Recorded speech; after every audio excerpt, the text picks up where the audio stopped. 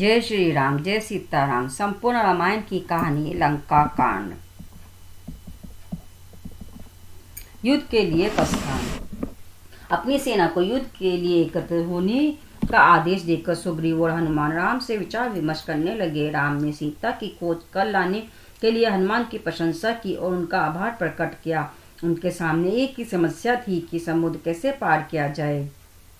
रावण जैसे पराक्रमी और बलशाली राजा को पराजित करना आसान काम नहीं था। यही सब सोचकर राम चिंतित व उदास हो गए। सुग्रीव ने उन्हें आश्वासन दिया कि आपकी शक्ति को देखकर समुद्र को स्वयं ही रास्ता देना पड़ेगा। चिंता न करके इस कार्य में तत्पर हो जाने से सफलता अवश्य ही मिलेगी। उसी समय लाखों की संख्या में वानर उछलते कूदते शोर मचाते वहां जमा हो गए। उन्हें देखकर राम अत्यंत प्रसन्न हुए और बोले, आज का दिन विजय यात्रा आरंभ करने के लिए बड़ा शुभ है। आज उत्तरा फाल्गुनी नक्षत्र, इसी नक्षत्र में सीता का जन्म हुआ था। तुम आज ही अपनी सेना को कूच करने की आज्ञा दो। सुग्रीव का आदेश पाकर सेनापति नल ने अपनी सेना को प्रस्थान करने का आदेश दिया। अपने अपने दल के सेनापति के नेतृत्व में आनस सेना राम लक्ष्मण और सुग्रीव की जय जयकार करती चल पड़ी। पहाड़ों और वनों की को लांघती सेना 3 दिन पश्चात मेन पर्वत पर पहुंची और वहां डेरा डाल लिया। राम की सेना के मेन पर्वत पर पहुंचने का समाचार सुनकर लंका वासियों में खलबली मच गई। जिस दिन से हनुमान लंका जलाकर गए थे, तब से राक्षसों में भय समा गया था। वे सोचते थे कि जिनका एक दूत इतना वीर और बलशाली है और अकेले ही इतना विनाश कर सकता है, तो उसके स्वामी कैसे होंगे और उनके आगमन पर क्या होगा। लंकावासियों को इतना भयभीत देखकर विभीषण रावण के पास गया और उसे समझाया कि वे सीता को लौटा दे। राम से शत्रुता करना उचित नहीं है, इसी में सारी राक्षस जाति का भला है। पर रावण ने विभीषण की बात न मानी। उल्टे उसने सीता को लौटा देने वाली बात के लिए विभीषण को खूब फटकारा और वहां से चले जाने को कहा। विभीषण का लंका त्याग। रावण सभा भवन में पहुंचकर अपने मंत्रियों, सेनापतियों और पुत्रों से विचार विमर्श करने लगा। सभी ने रावण की हाँ में हाँ मिलाई और उसके बल और शौर्य की खूब प्रशंसा की। रावण ने नगर की सुरक्षा का प्रबंध करने का आदेश दिया। विभीषण ने एक बार फिर अपने मन की बात कहते हुए रावण को समझाने का प्रयत्न किया। उसने कहा कि महाराज, हमें राम से शत्रुता नहीं करनी चाहिए। शत्रु को बिना जाने कमजोर समझना बहुत बड़ी भूल है। मैं आपसे प्रार्थना करता हूँ कि आप सीता को राम को लौटा दे, इसी में हम सबका हित है। विभीषण के इन शब्दों को सुनकर रावण और भी क्रोधित हो उठा। उसने विभीषण का तिरस्कार करते हुए उसे तरह तरह के अपशब्द कहे और उस पर राम से मिल जाने का आरोप लगाया। अंत में उसने यह भी कहा कि यदि तुम राम के ही हित चिंतक हो तो उसी के पास चले जाओ। रावण द्वारा यूं अपमानित होकर विभीषण ने राम की शरण में जाने का निश्चय किया। विभीषण समझ गया कि रावण की मति मारी गई है, उसके सिर पर काल नाच रहा है। उसे मेरी बातें समझ नहीं आ सकती। अतः अपने 4 मंत्रियों को लेकर विभीषण यह कहता हुआ कि आकाश मार्ग से राम के पास चल पड़ा। राम की सेना के पास पहुंचने से पहले ही विभीषण ने दूर से वानरों को अपने और मंत्रियों का परिचय देते हुए बताया कि वे राम की शरण में आए हैं। विभीषण की बातें सुनकर सुग्रीव को शक हुआ कि कहीं वे रावण के भेजे गुप्तचर तो नहीं है। वह विभीषण का संदेश लेकर राम के पास पहुंचा और अपना शक प्रकट करते हुए कि जो व्यक्ति अपने भाई का न हुआ वह हमारा कैसे हो सकता है। राम ने सुग्रीव की बात सुनकर कहा कि तुम्हारा संदेह करना उचित है, किंतु इस समय विभीषण को अपनी तरफ मिला लेने में ही बुद्धिमानी है। सुग्रीव ने फिर भी विभीषण पर अपना अविश्वास प्रकट किया तो राम निरंतर से बोले, शरणागत की रक्षा करना क्षत्रियों का धर्म है। विभीषण हमारी शरण में आया है, हम उसे जरूर शरण देंगे। यदि स्वयं रावण इस प्रकार हमारी शरण मांगे तो हम उसे भी शरण देंगे। इसीलिए हे मित्र, जाओ और विभीषण को आदर सहित मेरे पास ले आओ। सुग्रीव की आज्ञा पाकर हनुमान विभीषण को राम के पास ले आए। विभीषण अपना परिचय देते हुए राम के चरणों में गिरकर शरण मांगने लगे। राम ने विभीषण को उचित आदर सत्कार करते हुए मित्र की भांति उन्हें अपने पास बैठाया और लंका के बारे में पूछा। विभीषण ने राम को अपनी व्यथा सुनाई और फिर रावण और उसकी शक्ति का परिचय देते हुए कहा कि रावण महाबलशाली और भी योद्धा है। उसकी शक्ति के सामने देवता भी थरथर कांपते हैं। उसने तो यमराज को भी बंदी बना रखा है। हमारा मंझला भाई कुंभकर्ण पर्वत के समान विशाल है और कठोर है। उस पर किसी अस्त्र शस्त्र का असर नहीं होता। रावण का बड़ा पुत्र मेघनाद बुद्धिमान अति बलवान है। उसने युद्ध में इंद्र को भी जीत लिया था, इसलिए उसका नाम इंद्रजीत है। उसके भय से देवता भी इधर उधर छिपते फिरते हैं। रावण का सेनापति प्रहस्त एक महान योद्धा है जो कुबेर के सभापति मणिभद्र से अपने युद्ध के कारण प्रसिद्ध है। यही नहीं, अति काया कंपन महोदर जैसे वीर योद्धा रावण की सेना में हैं। इन वीरों के हाथों में लंका नगरी पूरी तरह सुरक्षित है। रावण के पास तप और वरदान का भी बल है। शिव और ब्रह्मा की तपस्या करके रावण ने उनसे वरदान प्राप्त किए हैं। वह स्वयं को अजय मानता है। उसे पराजित करने के लिए केवल बल प्रयोग ही नहीं बल्कि बुद्धि की भी आवश्यकता है। विभीषण की बातें सुनकर राम ने उसे चिंता न करने को कहा और भरोसा दिया कि शीघ्र ही वे रावण को मारकर लंका का राज्य विभीषण को सौंप देंगे। राम लक्ष्मण से समुद्र का जल मंगवा कर उससे सबके सामने विभीषण का राज तिलक कर दिया। विभीषण ने राम के चरण स्पर्श कर युद्ध में राम की सहायता करने के लिए प्राण तक न्यौछावर कर देने का वचन दिया। सेतु निर्माण। लंका पहुंचने के लिए समुद्र पार करना आवश्यक था। राम, सुग्रीव, हनुमान आदि विचार करने लगे कि सेना समुद्र कैसे पार करे। सबने मिलकर तय किया कि पहले समुद्र से ही मार्ग दे देने की प्रार्थना की जय। राम 3 दिनों तक उपवास रखकर समुद्र तट पर कुशा बिछाकर समुद्र से रास्ता देने की प्रार्थना करते रहे। जब समुद्र पर उनकी प्रार्थना का कोई असर नहीं हुआ तो राम क्रोधित हो उठे। उन्होंने समुद्र को सुखा देने के लिए धनुष उठाकर उस पर बांध चढ़ा लिया। राम को ऐसा रूप देखकर समुद्र भय से कांपने लगा। उसमें हलचल मच गई। समुद्र के जीव जंतु खुला उठे। समुद्र मनुष्य का रूप धारण करके हाथ जोड़कर राम के सामने प्रकट हुआ और उनके चरण पकड़कर क्षमा मांगने लगा। वह बोला कि हे प्रभु, आपकी सेना के सेनापति नल के पिता ने अपने पिता के सागर पर पुल बनाने की कला सीखी है। आप उसे पुल बनाने को कहें। पुल बन जाने पर आपकी सेना आसानी से समुद्र के उस पार पहुंच जाएगी। धनुष पर चढ़ाए बाण को आप मेरी उत्तर दिशा की ओर छोड़ दीजिए। वहां अधर्मी लोग रहते हैं, इससे उनका अंत हो जाएगा। राम ने समुद्र की उत्तरी दिशा में बाण छोड़ दिया। इससे वह क्षेत्र दुष्टों से मुक्त हो गया और रेगिस्तान बन गया। राम ने पुल बनाने का आदेश दे दिया। समस्त वानरों और ऋषियों की सहायता से नल ने 5 दिनों के दिन रात के परिश्रम से समुद्र पर पुल बांध दिया। विभीषण ने पुल की रक्षा का भार अपने ऊपर लिया और पुल बनते ही वानर वीरों और अपने सेवकों के साथ पुल के दूसरे किनारे पर पहुंच गया। सारी वानर सेना पुल पार कर लंका पहुंच गई और सुबेर पर्वत पर डेरा डाल लिया। अब सब मिलकर युद्ध की तैयारी की योजना बनाने लग गए।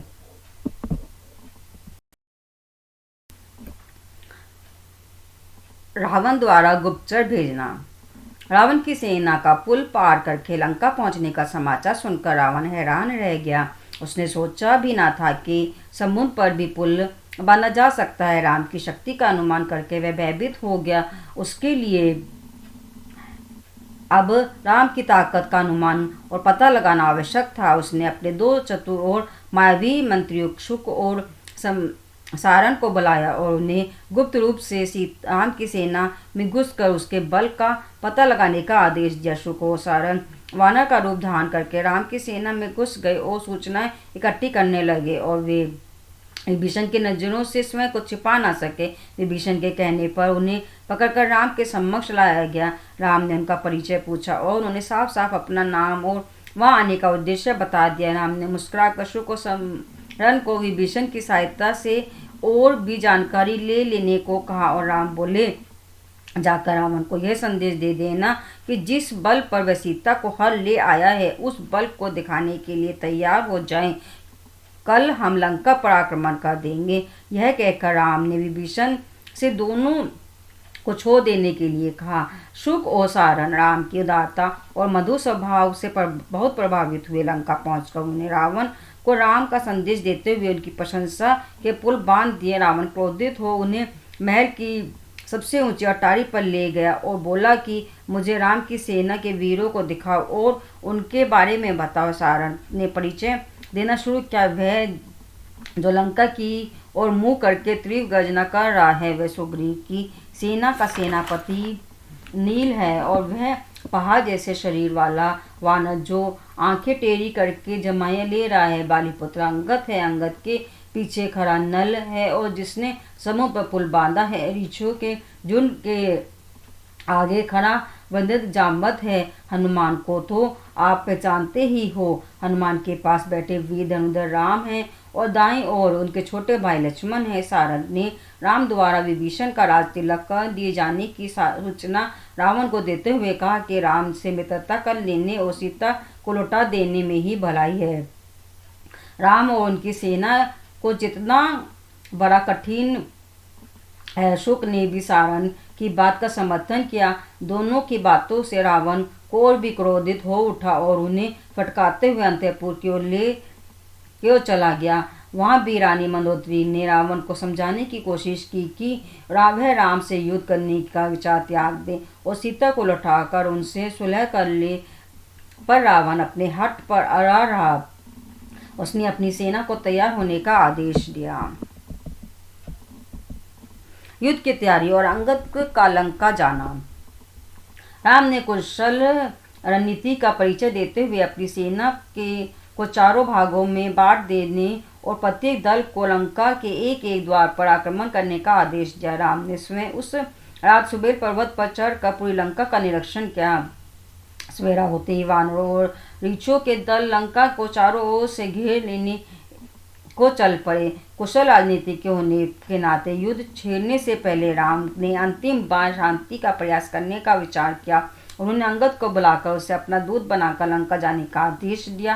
राम ने अंगद से कहा कि वह जाकर एक बार फिर रावण को समझाए कि सीता को लौटा देने से युद्ध टाला जा सकता है। यदि युद्ध हुआ तो रावण के वंश का नाश निश्चित है। राम की आज्ञा लेकर अंगद वायुमार्ग से सीधा लंका रावण की राजसभा में जा पहुंचा।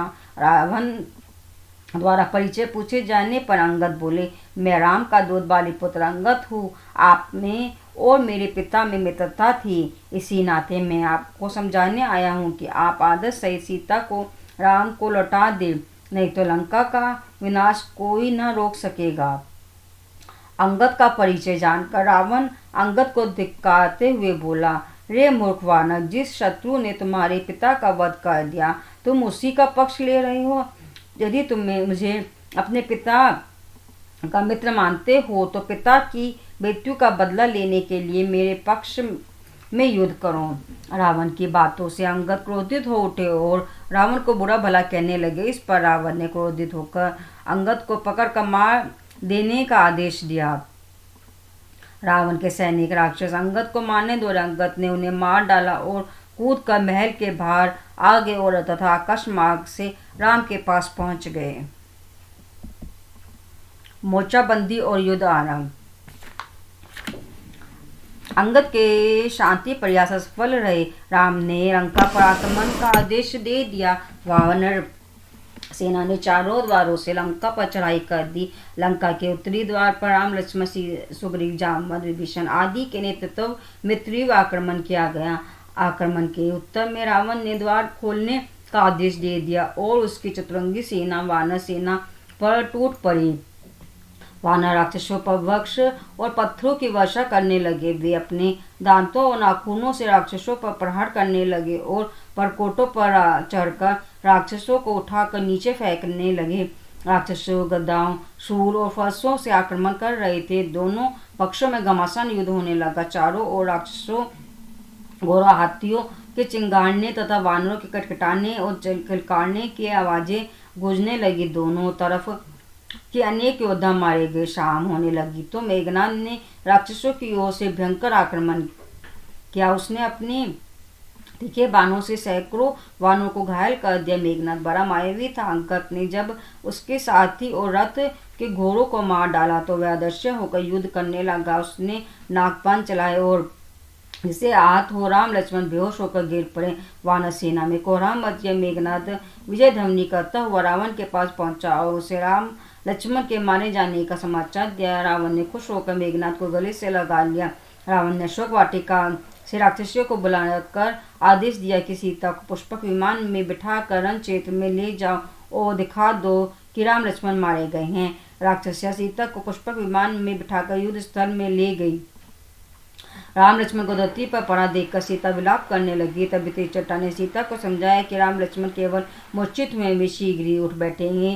राक्षसियां शोकमग्न सीता को वापस अशोक वाटिका में ले गई। राम लक्ष्मण की ऐसी दशा देखकर सुग्रीव रोने लगे। विभीषण ने उन्हें धीरज बांधते हुए सेना संभालने को कहा। तभी राम की मूर्छा टूट गई। लक्ष्मण को मूर्छित देखकर वे भी विलाप करने लगे और हताश से रोने लगे। अब मैं सुमित्रा माता का सामना कैसे करूँगा।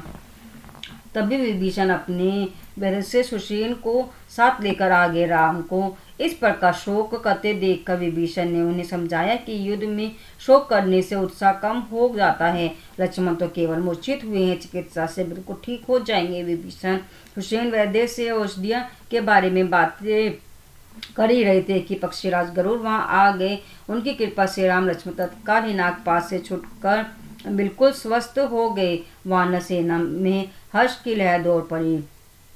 राम लक्ष्मण के स्वस्थ होने का समाचार सुनकर रावण चिंतित हो उठा। उसने अपने महान योद्धा और बड़े बड़े वीरों को एक एक करके युद्ध के मैदान में भेजा। सबसे पहले उसने दुर्मार्ग को विशाल सेना लेकर भेजा। दक्षिण द्वार पर हनुमान अपनी वानर सेना के लिए तैयार थे। हनुमान ने दुर्मार्ग को मार गिराया। फिर विजयदंष्ट मैदान में आया और राम लक्ष्मण से युद्ध करने लगा। उसके बाणों की वर्षा से वानर भयभीत हो गए। तभी अंगद ने एक विशाल वृक्ष से उसके रथ को तोड़ डाला और तलवार से उसका सिर काट दिया। इस पर रावण ने अकंपन को युद्ध के लिए भेजा। हनुमान ने एक विशाल चट्टान घुमाकर अकंपन की ओर फेंकी। अकंपन ने उसे अपने बाण से टुकड़े टुकड़े कर दिए। तब हनुमान ने एक बड़े वृक्ष से अकंपन को कुचल डाला।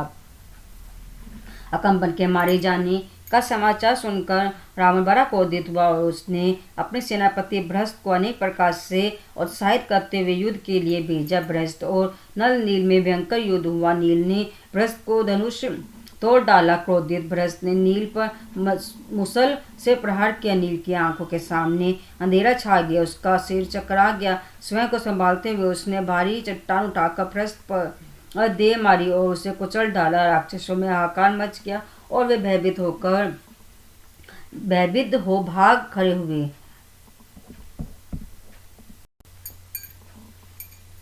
युद्ध भूमि में रावण का आगमन।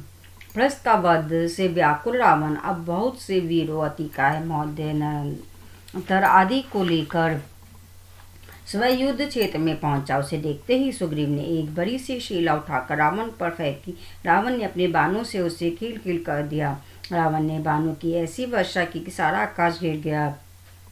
सुग्रीव उसके बाण की चोट से मूर्छित हो गया। वानर सेना के पैर उखड़ गए। वानर एक एक कर घायल होकर गिरने और चिल्लाने लगे। वानरों की दशा देखकर लक्ष्मण ने रावण से युद्ध करने की अनुमति मांगी। राम ने हनुमान और अन्य वीर योद्धाओं के साथ लक्ष्मण को युद्ध के लिए जाने की अनुमति दे दी। सबसे पहले रावण की भिड़ंत हनुमान से ही हुई। हनुमान ने रावण को ऐसा मुक्का मारा कि रावण के पांव डगमगा गए। वह हनुमान के बल की प्रशंसा किए बिना न रह सका। फिर लक्ष्मण और रावण एक एक करके बाण छोड़ने लगे। रावण ने लक्ष्मण पर बाणों की ऐसी वर्षा की कि एक बार तो लक्ष्मण विचलित हो गए, किंतु तुरंत ही स्वयं को संभाल कर उन्होंने क्रोध में भरकर रावण पर बाणों के ऐसे वार किए कि उनका धनुष टुकड़े टुकड़े हो गया और सारा शरीर बाणों से छेद गया। रावण के शरीर से रक्त की धारा बह निकली और उसे लगा कि उसका प्राण अब निकले। तब निकले रावण ने लक्ष्मण पर बाण शक्ति का प्रयोग कर दिया। शक्ति लगते लक्ष्मण मूर्छित होकर गिर पड़े। रावण निर्भय होकर लक्ष्मण के पास पहुंचा। वह उन्हें उठाकर लंका ले जाना चाहता था, पर वह किसी तरह भी उन्हें उठा ना सका। लक्ष्मण को बेसुध होता देखकर पवन पुत्र हनुमान तेजी से वहां पहुंचे और उन्होंने एक तेज घूसा रावण की छाती में मारा। रावण का उठा और शुद्ध बोध खोकर बेहोश हो गया। हनुमान लक्ष्मण को उठाकर राम के पास ले गए। राम के स्पर्श से लक्ष्मण स्वस्थ होकर उठ खड़े बैठे। इधर रावण जब होश में आया तो उसने अपने आप में बहुत अपमानित अनुभव किया। उसने क्रोध में धनुष उठाया और फिर से बाणों की बौछार शुरू कर दी। अब राम स्वयं रावण से युद्ध करने के लिए आगे आए। उन्होंने अपने अचंद्राकार बाण के प्रहार से रावण का धनुष और रथ काट डाला। रावण का मुकुट धरती पर जा गिरा। रावण के एक वीर योद्धा जैसे आचरण करते हुए रावण से कहा, रावण जाओ, मैं तुम्हें छोड़ता हूँ। तुमने मेरे अनेक वीरों को मारा है, किंतु मैं नियत्ते में निशस्त्र शत्रु पर बाण नहीं चलाता। अस्त्र शस्त्र लेकर नए रथ में बैठकर फिर युद्ध के लिए आना। राम की बातें सुनकर रावण लज्जा और अपमान से तिलमिला उठा और राम की शक्ति देखकर वह हतप्रभ रह गया। निराशा में डूबा रावण लंका लौट आया। कुंभकर्ण का से युद्ध।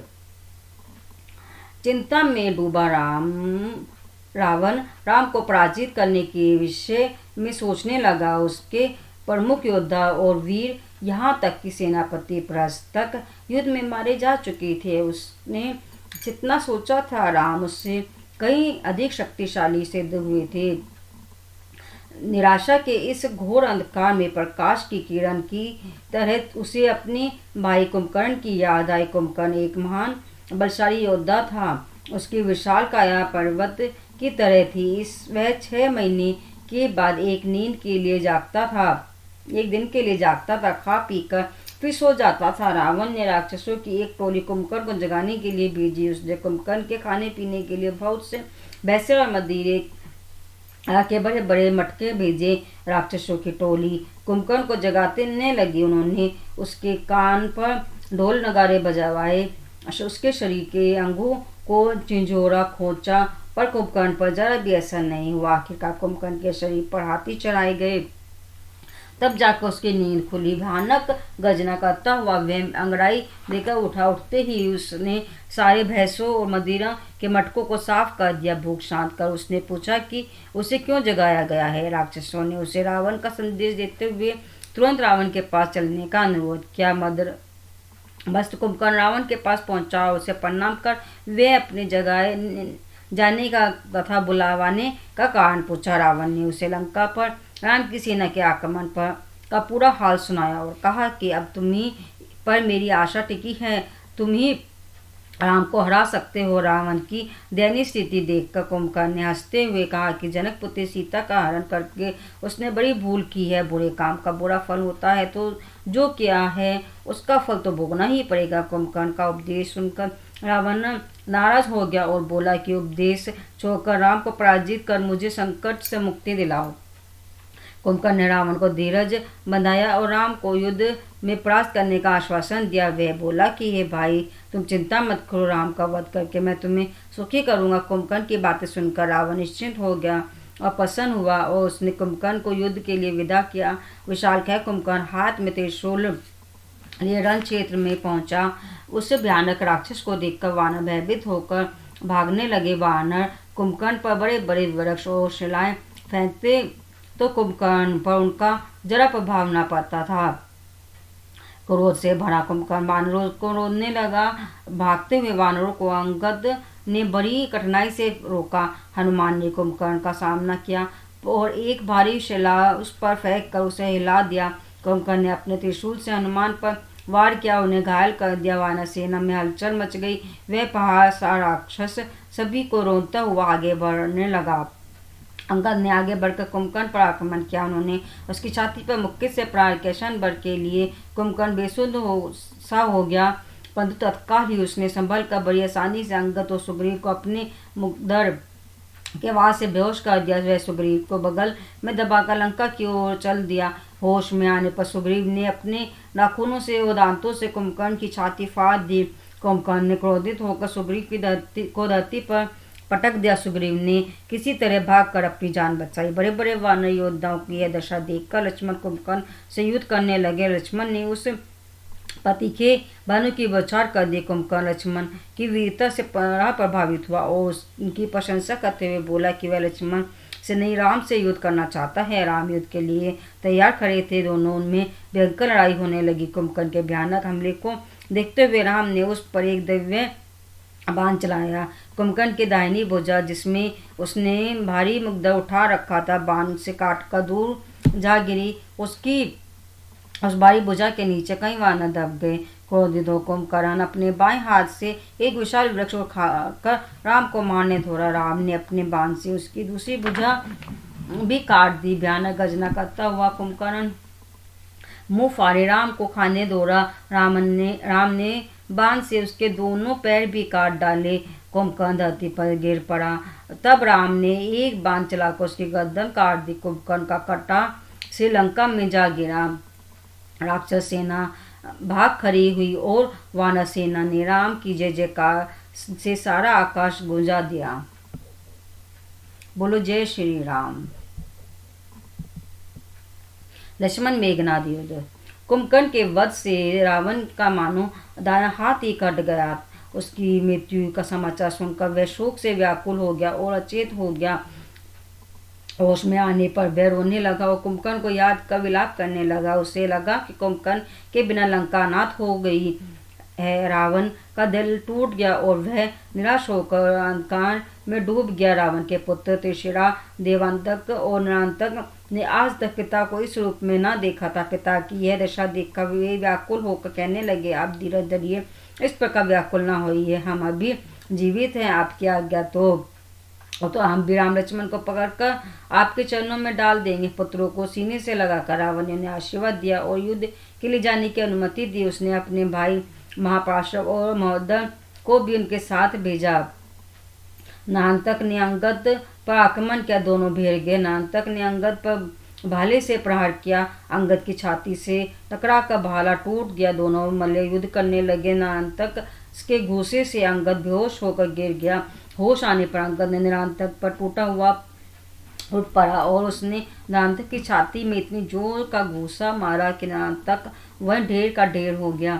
निरांतक का अंत देखकर देवांतक, शेषरा आदि अन्य वीर राक्षसों ने एक साथ अंगद पर हमला बोल दिया। अंगद को मुसीबत में देखना लो हनुमान तेजी से उसकी सहायता को पहुंचा। हनुमान देवांतक से युद्ध करने लगे और उन्होंने उसे मार डाला। तीसरा भी हनुमान के साथ हाथों मारा गया। माँ पाशव और ऋषण वानर के हाथों काम तमाम हो गया। अब अतिकाय नामक राक्षस युद्ध के लिए सामने आया। वह अपने नाम के अनुसार ही विशालकाय और कुंभकर्ण की भांति बलशाली था। उसे ब्रह्मा से कई शक्तियां प्राप्त थी। वह अपना रथ दौड़ाता आगे बढ़ा तो वानर डर कर भागने लगे। लक्ष्मण ने उसका मार्ग रोका तो वह बालक समझकर उनकी हंसी उड़ाने लगा। लक्ष्मण ने क्रोधित हो उसे बालक से ही पहले निपट लेने के लिए ललकारा और उस पर बाणों की बौछार कर दिया। अतिकाय पर लक्ष्मण के बाणों का जरा भी असर नहीं हुआ।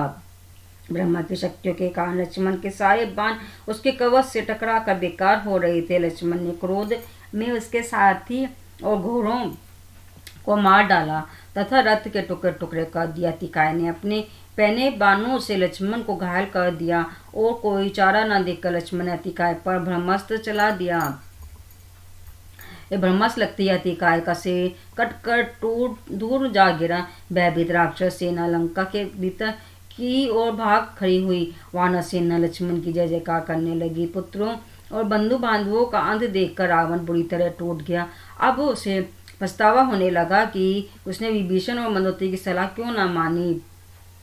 उसे अब अपनी पराजय साफ दिखाई दे रही थी। निराशा में डूबे रावण के मन में संसार के प्रति कोई मोह और आकर्षण न रहा। अब उसकी आंखें खुली, न उसे राज्य की कामना रही और न ही सीता से आसक्ति। अतः हंसते रावण चिंता के सागर में डूब गया। रावण को शोक मगन देखकर उसका पुत्र मेघनाद उसे समझाने लगा और हौसला देते हुए बोला, पिताजी मेरे रहते आप चिंता क्यों करते हैं? मैं शीघ्र ही राम लक्ष्मण को मार दूंगा। मेघनाद की शक्ति से रावण अच्छी तरह परिचित था। उसकी बातों से वह कुछ आश्वस्त हुआ। उसने सैनिकों को संगठित होने का आदेश दिया, नगर के द्वारों की सुरक्षा बढ़ाने के आदेश दिए और मेघनाद को युद्ध के लिए विदा किया। मेघनाद को युद्ध क्षेत्र में देख लक्ष्मण भी श्री राम की आज्ञा पाकर वानरों के साथ हाथों में धनुष बाण लिए क्रोध होकर उनसे युद्ध करने लगे। दोनों के बीच घमासान युद्ध होने लगा। मेघनाद मायावी था। वह अनीति और छल बल से करने लगा। तब लक्ष्मण भी अत्यंत क्रोधित हो उठे और उन्होंने उसके रथ और सारथी पर बाणों की वर्षा कर दी। इससे खिसकाकर और मन ही मन हार की कल्पना से घबरा कर मेघनाद ने लक्ष्मण पर वीरघातनी शक्ति चला दी। मेघनाद द्वारा चलाई गई शक्ति बाण से लक्ष्मण मूर्छित और पृथ्वी पर गिर पड़े। मेघनाद लक्ष्मण को अपने साथ उठाकर लंका ले जाना चाहता था, पर उनको तो जो जगत का आधार है उठा पाने में असमर्थ रहा और लज्जित हो युद्ध भूमि से चला गया। तब हनुमान वहां आए और लक्ष्मण को उठाकर राम के पास ले गए। सारे शिविर में खलबली मच गई। राम व्याकुल हो उठे। तभी जामवन ने सुषेण वैद्य को बुलाया और उन्होंने त्रिकुट पर्वत से संजीवनी बूटी लाने को कहा। जामवंत के कहने पर हनुमान संजीवनी बूटी लाने को तैयार हो गए, पर हनुमान जी ने पूछा कि संजीवनी बूटी को पहचानेंगे कैसे। जामवंत ने कहा कि उसकी चमक से ही उसे पहचान जाएंगे। पवन पुत्र हनुमान तत्काल ही हिमालय की ओर चले और कैलाश शिखर पर जा पहुंचे। वहां उन्हें सारी बूटियां ही चमकती हुई दिखाई दी। वे जामवंत द्वारा बताई गई औषधियों को पहचान न कर सके। आखिरकार उन्होंने पर्वत शिखर को ही उखाड़ लिया और त्रिकुट पर्वत पर वापस आ गए। औषधि द्वारा लक्ष्मण का उपचार किया गया, जिससे वे शीघ्र ही स्वस्थ हो गए। अन्य घायल वानर भी औषधियों के प्रभाव से स्वस्थ हो गए। वे एक नए जोश व उत्साह से भर उठे। सुग्रीव ने अपनी सेना को रात को ही लंका पर आक्रमण करने का आदेश दिया। आदेश का पालन करते हुए वानर सेना मशालें लिए लंका में घुस गई और वहां हाथी खानों, गौशालों और अन्न के भंडारों में आग लगा दी। लंका के द्वार रक्षक भयभीत होकर भाग गए। वानरों के सामने जो भी आया मारा गया। सारी लंका आग की लपेटों में जलने लगी। प्रचंड भूपांच कंपन आदि अनेक राक्षस वीर मारे गए। लंका में हाहाकार मच गया। लंका को तहस नहस कर वानर सेना अपने पड़ाव पर वापस आ गई। अगले दिन रावण ने फिर अपने पुत्र इंद्रजीत मेघनाद को युद्ध के लिए भेजा। युद्ध भूमि में जाने से पहले मेघनाद ने यज्ञशाला में जाकर यज्ञ होम आदि द्वारा देव दानवों को प्रसन्न किया और उसका आशीर्वाद पाकर रणभूमि में पहुंचा। लक्ष्मण की शक्ति से वह परिचित हो चुका था, वह अदृश्य होकर उन पर बाणों की बचाव करने लगा। वानर सेना घायल होकर गिरने लगी।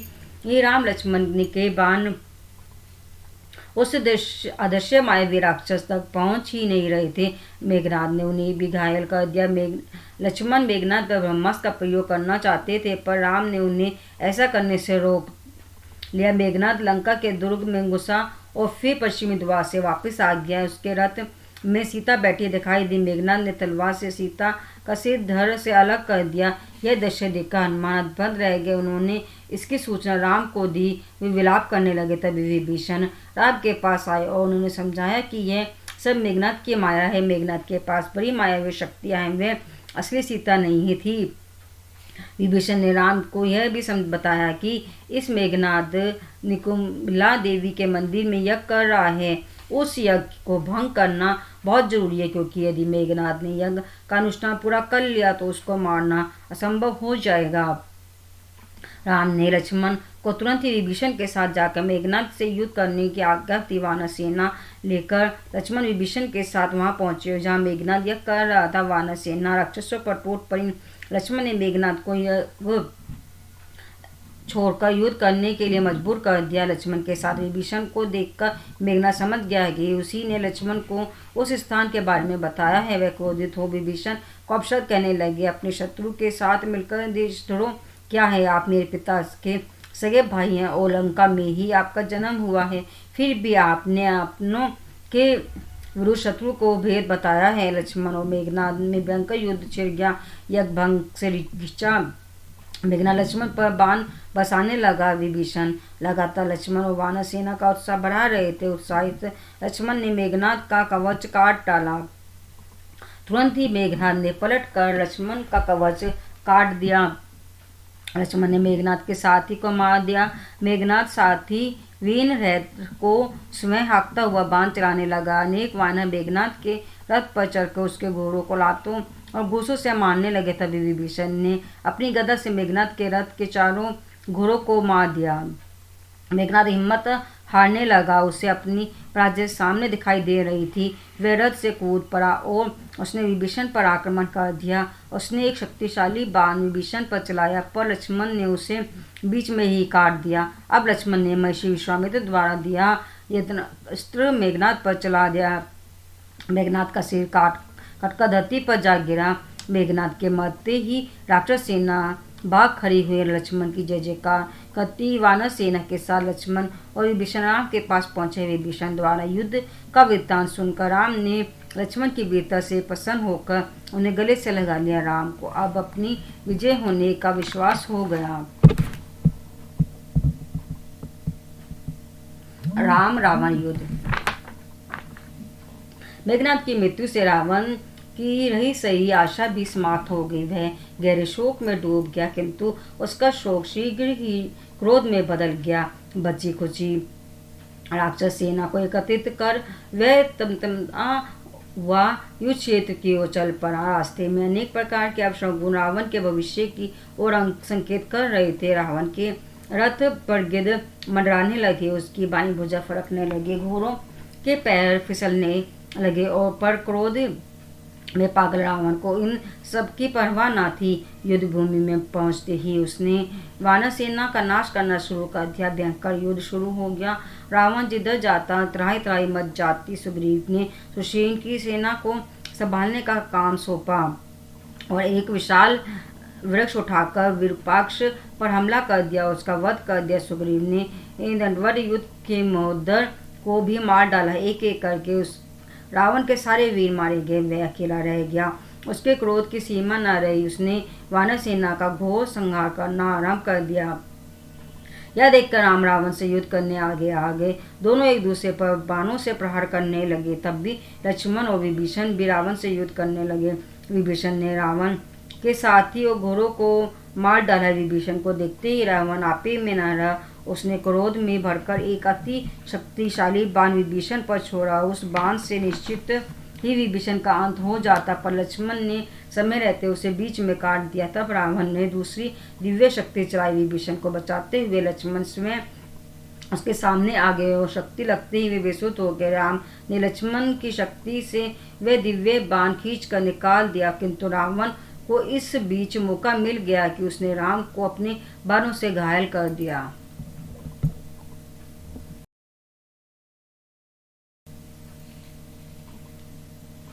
राम की आंखों से चिंगारियां बरसने लगी।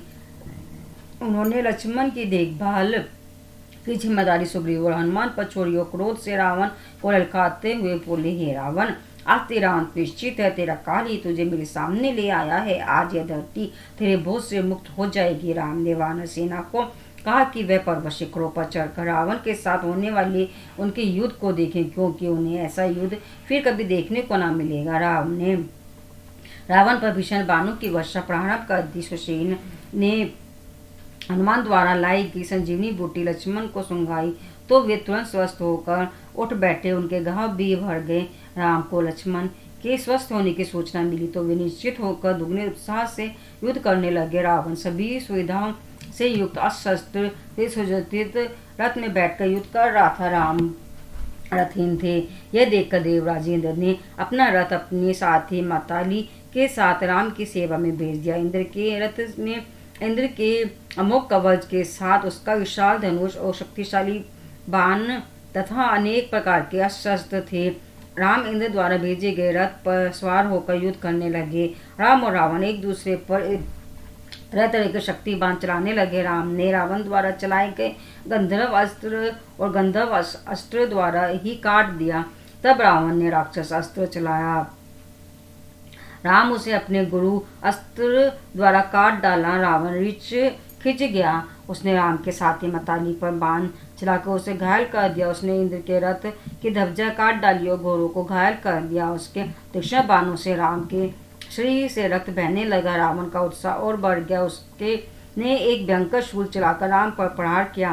राम ने इंद्र के रथ में रखी शक्ति चलाकर शूल के टुकड़े टुकड़े कर दिया। क्रोध में भरकर राम ने रावण पर तीक्ष्ण बाण चलाकर उसे घायल कर दिया। बाण उसके सिर और छाती में लगे। रावण फिर भी युद्ध करता रहा। धीरे धीरे उसकी शक्तिशील होने लगी, उसकी हिम्मत टूटने लगी। रावण का साथी उसकी दशा देखकर रथ को लंका ले गया। स्वस्थ होने पर रावण ने अपने साथी को बहुत फटकारा। तूने रणभूमि से रथ हटाकर मुझे शत्रु की नज़र में काया सिद्ध कर दिया। रावण की आज्ञा से साथी पुनः रथ को युद्ध भूमि में ले गया। राम रावण के रथ एक दूसरे के सामने आ खड़े हुए। दोनों में भयंकर युद्ध होने लगा। दोनों एक दूसरे पर बाण चलाते और उन्हें बीच में ही काट देते। युद्ध का कोई अंत नहीं दिखाई दे रहा था। राम चिंतित हो उठे कि जिन बाणों से उन्होंने का दूषण कंबन बाली जैसी योद्धा को मार गिराया, उनका रावण पर कोई प्रभाव नहीं हो रहा है। यह देखकर इंद्र के साथी मताली ने राम से कहा कि हे प्रभु, रावण के विनाश का समय आ गया है।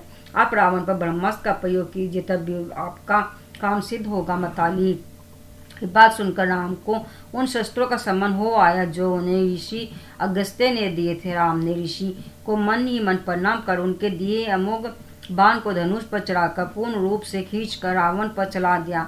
बाण रावण की छाती को चीरता चला गया। उसके वक्ष से रक्त की धारा बह निकली। धनुष हाथ से छूट गया और वह रथ से लुढ़क धरती पर जा गिरा।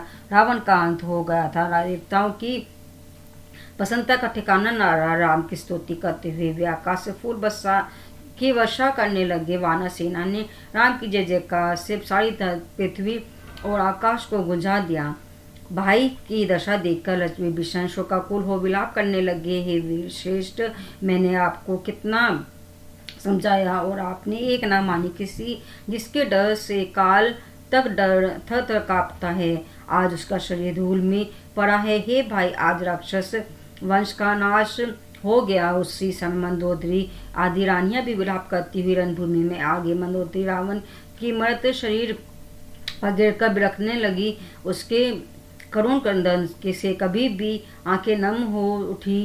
राम ने विभीषण को समझाया और कहा कि रावण की मृत्यु पर शोक न करे। रावण को वीरगति प्राप्त हुई है। उन्होंने विभीषण से मंदोदरी अन्य रानियों को संभालने तथा विधि पूर्वक रावण का दाह संस्कार करने को कहा। विभीषण रावण के शव को रथ में रख कर रानियों के साथ लंका गए और उन्होंने विधि पूर्वक रावण का दाह संस्कार किया। राम ने मताली का आभार प्रकट करते हुए उन्हें सम्मान पूर्वक विदा किया। फिर वे सुग्रीव से गले मिले और समस्त वानरों और तथा भालुओं का उनकी सहायता के लिए आभार माना और तथा कहा कि वे जीवन भर उनके उपकार को कभी ना भूलेंगे। रावण का अंतिम संस्कार करके विभीषण राम के पास लौट आए। तब राम ने लक्ष्मण को बुलाकर अंगद कहा कि अंका नील नल जामद आदि के साथ लेकर वे लंका जाएं और विभीषण का राज तिलक करें। राम की आज्ञा से लक्ष्मण लंका गए और विधि पूर्वक विभीषण का राज्याभिषेक किया। विभीषण सहित सभी फिर राम के पास वापस लौट आए।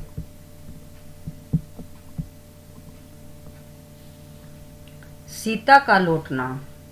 राम ने हनुमान से कहा, हे प्रिय हनुमान, तुम लंका नरेश महाराज विभीषण की आज्ञा लेकर लंका में अशोक वाटिका जाओ और सीता को युद्ध के परिणाम की सूचना देते हुए उनकी कुशल क्षेम पूछो और उनका संदेश लेकर आओ। हनुमान तत्काल विभीषण से आज्ञा ले पाकर अशोक वाटिका पहुंचे। उन्होंने सीता को प्रणाम कर रावण के बारे जाने का समाचार सुनाया। यह शुभ समाचार सुनते ही सीता अंगद आनंद से भर उठी और बोली, मैं शीघ्र ही स्वामी के दर्शन करना चाहती हूँ। हनुमान ने राम को सीता का संदेश सुनाया। राम ने विभीषण को बुलाकर कहा कि वे सीता को लाने की व्यवस्था करें। विभीषण ने राजमहल जाकर सुंदर वस्त्र आभूषणों की व्यवस्था की और अशोक वाटिका की चतुर सुबह सेविकाओं को सीता का श्रृंगार करके ले आने का आदेश दिया। सुंदर वस्त्र आभूषणों से सजकर सीता एक सुंदर पालकी में बैठकर राम के पास पहुंची। राम के दर्शन कर सीता के नेत्रों से आंसू बहने लगे और राम की भी ऐसी ही दशा थी। राम और सीता की शोभा देखकर सभी हर्ष से भर उठे। अयोध्या के लिए प्रस्थान। अयोध्या के लिए प्रस्थान। राम ने अब विभीषण से कहा कि हे मित्र, मैं अब अयोध्या लौटूंगा। 14 वर्ष की अवधि समाप्त होने को है। भरत मेरी प्रतीक्षा कर रहा है। यदि मुझे एक दिन की भी देरी हो गई तो भरत सह नहीं सकेंगे, इसीलिए आप मेरे जाने का प्रबंध करो।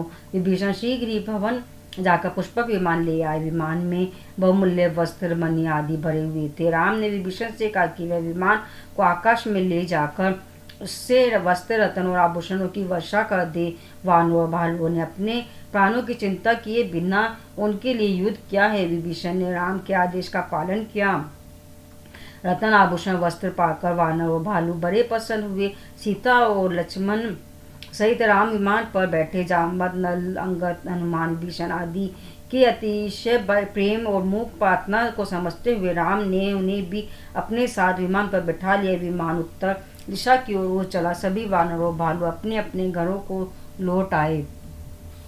राम सीता को मार्ग में आने वाले स्थानों के बारे में बताने लगे। उन्हें सीता को युद्ध भूमि के वे स्थान दिखाए जहाँ मेघनाथ, कुंभकर्ण और रावण मारे गए थे। उनके अनेक राक्षस वानरों के हाथों मारे गए थे। उन्होंने सीता को वह सेतु दिखाया जिससे उनकी सेना ने युद्ध समुद्र पार किया था, जहाँ जहाँ उन्होंने रुककर निवास व विश्राम किया था। राम ने वे सभी स्थान दिखाए। त्रिकुट पर्वत पर बसी किष्किंधा नगरी दिखाई और सुग्रीव से अपनी मित्रता के बारे में बताया। सीता के अनुरोध पर राम ने पुष्पक विमान को वहां उतरने का आदेश दिया। सीता ने सुग्रीव की पत्नी तारा और उमा को भी अपने साथ अयोध्या चलने को कहा। उन्हें लेकर विमान फिर और चला। रास्ते में ऋषिमुख पर्वत आया। पंपा सरोवर के निकट राम ने सीता को शबरी का आश्रम दिखाया, रावण जटायु का स्थान दिखाया, पंचवटी, गोदावरी का किनारा, अगस्त्य ऋषि का आश्रम, सुतीक्षण ऋषि का आश्रम आदि स्थान दिखाते हुए राम का विमान श्रृंगेश्वर के पास पहुंचा। राम ने सीता को दिखाया, वह देखो सरयू नदी और उसके किनारे हमारी अयोध्या। हे सीते, अयोध्या को प्रणाम करिए, ये है हमारी मातृभूमि। सबने अयोध्या को प्रणाम किया। विमान भारद्वाज मुनि के आश्रम में उतरा। राम ने मुनि को प्रणाम कर अयोध्या का कुशल क्षेम पूछा। मुनि ने बताया कि भरत बड़ी उत्सुकता से उनकी प्रतीक्षा कर रहे हैं। मुनि ने उस रात राम से वहीं रुकने का अनुरोध किया। राम ने उनका आतिथ्य स्वीकार किया। राम ने हनुमान से निवेदन किया कि वे उनके मित्र निषाद राज और भरत को उनके आने का समाचार दें। निषाद राज से उन्हें भरत के बारे में सही समाचार मिल जाएंगे। राम की आज्ञा लेकर हनुमान ने मनुष्य का रूप धारण किया और घोड़े के पास पहुंचे। राम के लौटने का समाचार सुनकर घोड़े को बहुत पसंद हुआ। उसने बताया कि किस प्रकार भरत राम के नाम की माला जपते हुए बड़ी उत्सुकता से 14 वर्ष की अवधि बीतने व राम के लौटने की प्रतीक्षा कर रहे हैं। निश्चिंत होकर हनुमान नंदीग्राम पहुंचे। वहां उन्होंने जटाधारी कृष्णकाई भरत को देखा तो उनके नेत्रों में जल भर आया। हनुमान ने भरत को राम का सारा समाचार सुनाया। राम के लौट आने की बात सुनते ही भरत ने प्रसन्नता से हनुमान को गले लगा लिया। उनके नेत्रों से जल की धारा बहने लगे। प्रेम वश होकर भरत बोले, भैया आज मेरे सारे मनोरथ पूरे हुए। राम भरत मिलाप। भरत से भेंट कर हनुमान राम के पास लौट आए। राम का विमान अयोध्या की ओर चला। उधर भरत ने अयोध्या पहुंचकर राम के आगमन का समाचार सुनाया तो पूरी अयोध्या नगरी प्रसन्नता से झूम उठी। पूर्ववासी खबर पाते ही उठ दौड़े और मंगल वस्त्र सजाने लगे। राम के स्वागत की तैयारियां होने लगी। फूलों के द्वार बनाए जाने लगे। पताकाएं फहराने लगे। पूरा नगर दीपों से सज गया। स्त्रियां सोने के थालों में मंगल आरती की वस्तुएं सजाते मंगल गान करती चल पड़ी। भरत सिर पर राम की चरण पादुके धारण किए सभी माताओं, गुरुओं, मंत्रियों के साथ राम से मिलने चल पड़े। राम के दर्शनों के लिए अयोध्यावासी बेचैन थे। नंदीग्राम में राम के विमान के उतरते ही उनकी जय जयकार से आकाश गूंज उठा। भरत की आंखों से में प्रेम आंसुओं की धारा बह रही थी। उन्होंने दौड़कर राम के चरणों में प्रणाम किया। राम ने प्रेम से भरत को गले लगा लिया। राम, लक्ष्मण और सीता ने गुरु और माताओं के चरण छुए। माताओं ने उनकी आरती उतारी। भरत ने सीता के चरण छुए और लक्ष्मण को हृदय से लगाया। शत्रुघ्न ने राम के चरणों में प्रणाम किया। राम ने शत्रुघ्न को गले से लगाया। शत्रुघ्न ने सीता के चरण छुए। भरत और शत्रुघ्न ने सुग्रीव, विभीषण, अंगद आदि से भेंट की। तत्पश्चात राम गुरु वशिष्ठ के पास गए और उनके चरणों को छूकर आशीर्वाद प्राप्त किया। राम ने पुष्पक विमान को वापिस कुबेर के पास भेज दिया। रावण ने इसे कुबेर से छीन लिया था। राम का राज्याभिषेक। सभी ने राजमहल में प्रवेश किया। गुरु वशिष्ठ ने घोषणा की कि कल राम का राज्याभिषेक होगा। राज तिलक की तैयारियां होने लगी। राम ने अपनी जटाएं कटाई और स्नान का सुंदर वस्त्र व आभूषण धारण किए। माताओं ने जानकी जी को भी स्नान कराकर सुंदर व दिव्य वस्त्र पहनाए और आभूषणों से उनका श्रृंगार किया। राम और सीता को स्वर्ण जड़ित सिंहासन पर बिठाकर सर्वप्रथम गुरु वशिष्ठ ने उनका तिलक किया और आशीर्वाद दिया। फिर अन्य ब्राह्मणों ने मंत्रोच्चारण के साथ विधि पूर्वक राम का तिलक किया। माताओं ने आरती उतारी और मंगल गीतों की ध्वनि के बीच ने आशीष दिए। पूर्ववासियों में आनंद की लहर दौड़ गई। देवताओं ने भी हर्षित होकर आकाश से पुष्प वर्षा की। देवराज इंद्र ने महाराज राम को कमल के 100 पुष्पों की माला उपहार स्वरूप भेजी। महाराज राम और महारानी सीता ने सबको बहुमूल्य उपहार भेंट किए। राम ने सुग्रीव, अंगद, विभीषण आदि को गले से लगाया। राम ने अंगद को अपने हृदय का हार उतार कर भेंट किया, जिससे पाकर अंगद धन्य हो गए। सीता ने सुग्रीव की रानियों ततारा और रुमा को बहुमूल्य रत्न और वस्त्र उपहार में दिए। सीता ने अपना कंठहार उतार कर प्रिय हनुमान को भेंट किया। हनुमान ने आंखों में आंसू भरकर उसे सादर ग्रहण किया और पहन लिया। कुछ दिनों तक अयोध्या में रहकर सुग्रीव, विभीषण, अंगद आदि अपने अपने नगर को लौट गए। राम ने उन्हें सादर विदा किया। राम ने अनेक वर्षों तक अयोध्या पर राज्य किया। राम के राज्य में चारों ओर आनंद ही आनंद था। प्रजा सुखी थी। सब अपने अपने धर्म का पालन करते थे। किसी प्रकार का कोई भेदभाव नहीं था। धरती सदा हरी भरी रहती थी। डर, लोग, शोक का कहीं नाम न था। सभी अपनी मर्यादा का पालन करते थे और सुख पाते थे। राम के उस आदर्श राज्य की कामना आज हम सभी करते हैं।